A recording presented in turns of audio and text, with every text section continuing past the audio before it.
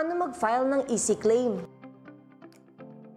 Kung kabilang po sa private sector ang manggagawa, kailangan niyo po mag-file ng inyong claim sa MySSS online portal. At kung kayo naman po ay manggagawa sa pampublikong sektor, kailangan po natin pumunta sa pinakamalapit na GSIS branch. So gusto po natin i-highlight dito yung importance po ng pagpa-file po ng mga dokumento para po maproseso natin ang inyong claim. Ano pong mga dokumento ito? Ito po ang police report or accident report. Of course, medical report po or medical certificate para po patunayan ang inyong sakit. At of course, kailangan din po natin dito ang inyong Certificate of Employment.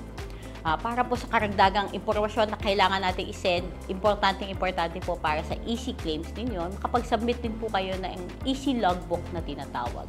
Dito po sa easy logbook, kasama po dito ang mga impormasyon na katulad ng date ng pag-record ng insidente, date ng aksidente, ano po ang nangyari, saan po nangyari, kailan po nangyari, at of course, ano po yung mga circumstances para po patunayan yung inyong aksidente or pagkakasakit ay work-related.